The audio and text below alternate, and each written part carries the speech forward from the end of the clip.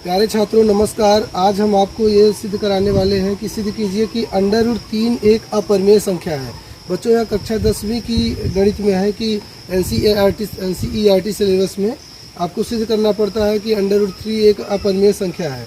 तो बच्चों अपरिमेय संख्या प्रूव करने के लिए पहले हमें ये मान लेना होता है कि यह एक परिमेय संख्या है। परिमेय संख्या मानकर हम अपनी ही बात को गलत साबित कर देंगे और तो ये आपका सिद्ध हो जाएगा कि यह एक अपरिमेय संख्या है। जैसे बच्चों चलिए दिखाते हैं आपको हल में। यहाँ पर हम सर्वप्रथम मान लेंगे कि माना यह √3 एक परिमेय संख्या है। यहाँ पर हम मान लेंगे कि √3 एक परिमेय संख्या है।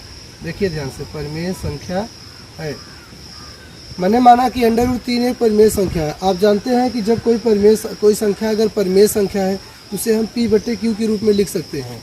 तो इसलिए यहाँ पर हम √3 को लिख सकेंगे P/Q के रूप में। ऐसे √3 बराबर P/Q लिख सकते हैं।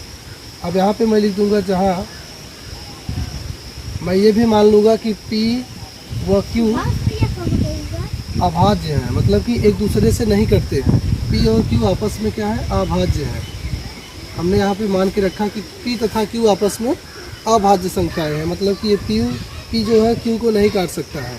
बच्चों उसके बाद यहाँ पे हम करेंगे वर्ग करने पर, दोनों पक्षों का वर्ग करने पर।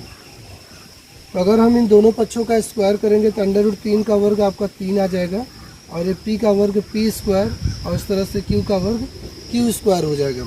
अब ये जो Q² है इधर आएगा तो मल्टीप्लाई यानी गुणाम हो जाएगा। 3Q² बराबर आपका मिलेगा यहाँ पे P²।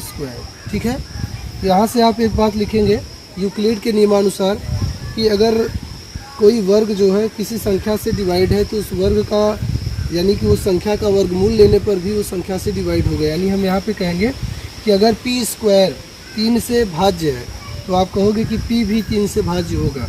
यहाँ पे लिखेंगे P² 3 से भाज्य है, 3 से भाज्य है, इसलिए P भी 3 से भाज्य होगा, 3 से भाज्य होगा।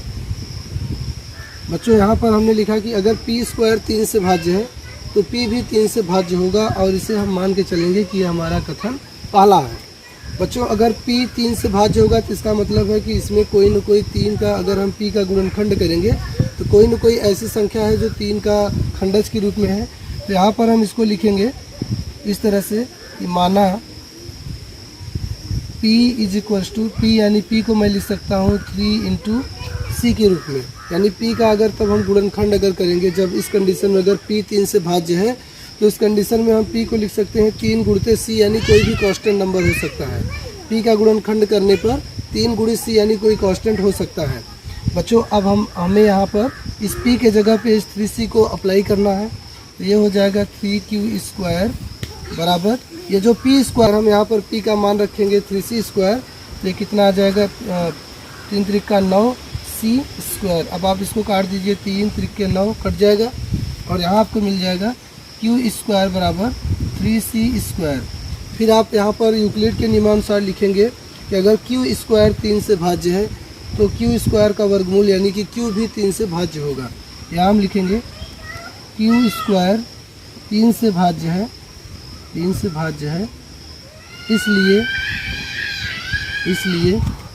Q भी 3 से भाज्य होगा। बच्चों यहाँ पर तब Q भी 3 से भाज्य होगा, ये मेरा दूसरा कथन है। इस प्रकार हमने देखा कथन 1 व 2 से, कथन 1 और 2 से। बच्चों कथन 1 और 2 से हमें ये पता चला कि कथन 1 में हमने देखा कि P 3 से भाज्य है, कथन 2 में हमने देखा Q 3 से भाज्य है। इस प्रकार P व Q दोनों 3 से भाज्य हैं, 3 से भाज्य हैं। अतः हमारी अवधारणा गलत है, हमारी अवधारणा गलत साबित होती है। बच्चों हमने शुरू में ही माना था कि P और Q अभाज्य संख्याएं हैं, लेकिन यहाँ पर पता चला कि P और Q 3 से भाज्य है। इस प्रकार हमारी अवधारणा गलत है।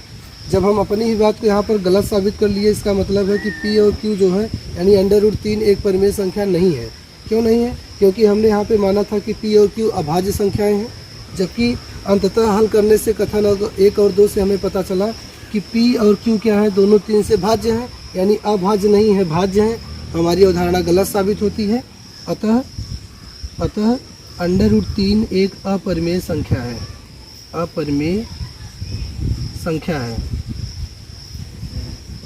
प्यारे बच्चों, यह कक्षा 10वीं के बोर्ड एग्जाम में कई बार इस प्रकार के प्रश्न पूछे जाते हैं। √3 एक अपरिमेय संख्या है, या √2 एक अपरिमेय संख्या है, या फिर √5 एक अपरिमेय संख्या है।